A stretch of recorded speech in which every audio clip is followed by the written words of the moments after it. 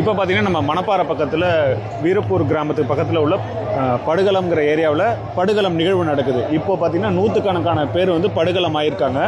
இவங்க பார்த்தீங்கன்னா இந்த விழாவின்படி இவங்க இறந்ததாக கருதப்படுவாங்க.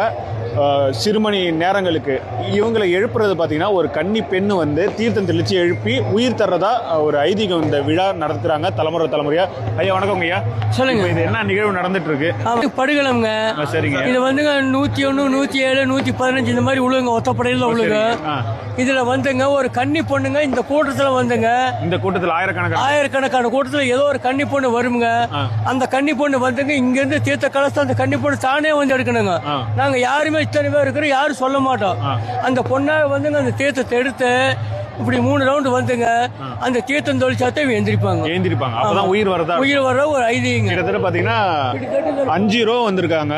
இவங்கெல்லாம் ஒரு 5-6 மணி நேரமாவே எந்த ஒரு அசைவும் இல்லாம தான் படுத்திருக்காங்க. சாமி ஆடி அவங்களை தூக்கிட்டு வந்து இந்த இடத்துல படுகளத்துல வச்சிருவாங்க. எந்த ஒரு அசைவுமே இல்லை. நீங்க பாருங்களேன், அப்படியே எந்த ஒரு அசைவும் இல்லாம தான் படுத்திருக்காங்க. அந்த பொண்ணு தீர்த்தம் தெளிச்சதுக்கு அப்புறம் தான் அவங்களுக்கு தெரியுங்க. அது வரைக்கும் வந்துங்க யாரு என்னன்னு தெரியாதுங்க. இவங்க யாருன்னு எங்களுக்கு தெரியாது. அந்த வர்ற பொண்ணு யாருன்னு எங்களுக்கு தெரியாது. ஓகே, இங்க என்னென்ன சாமிலாம் இருக்கு? இங்க வந்துங்க பொன்னர், சங்கர், வீரவாகு, சாம்புக, கன்னிமாரு, பெரிய எல்லா சாமியும் இருக்குதுங்க. இதுல வந்து மெயினா எழுப்புறது வந்துங்க கன்னி பொண்ணு.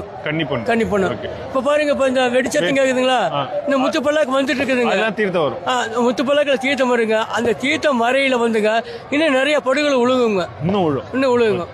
இன்னும் நிறைய கன்னிமார்கள் வந்து ஆடுவாங்க. நிறைய படுகள் விழுங்க. இந்த சுத்தி வர்றக்குள்ளேங்க இன்னும் நிறைய படுகள் விழுங்க. ஓகே, இது வந்து ஒரு வரலாற்று சிறப்பு மிக்க பொன்னர் சங்கர் கதையை மையப்படுத்தி இந்த விழா எடுக்கிறாங்க.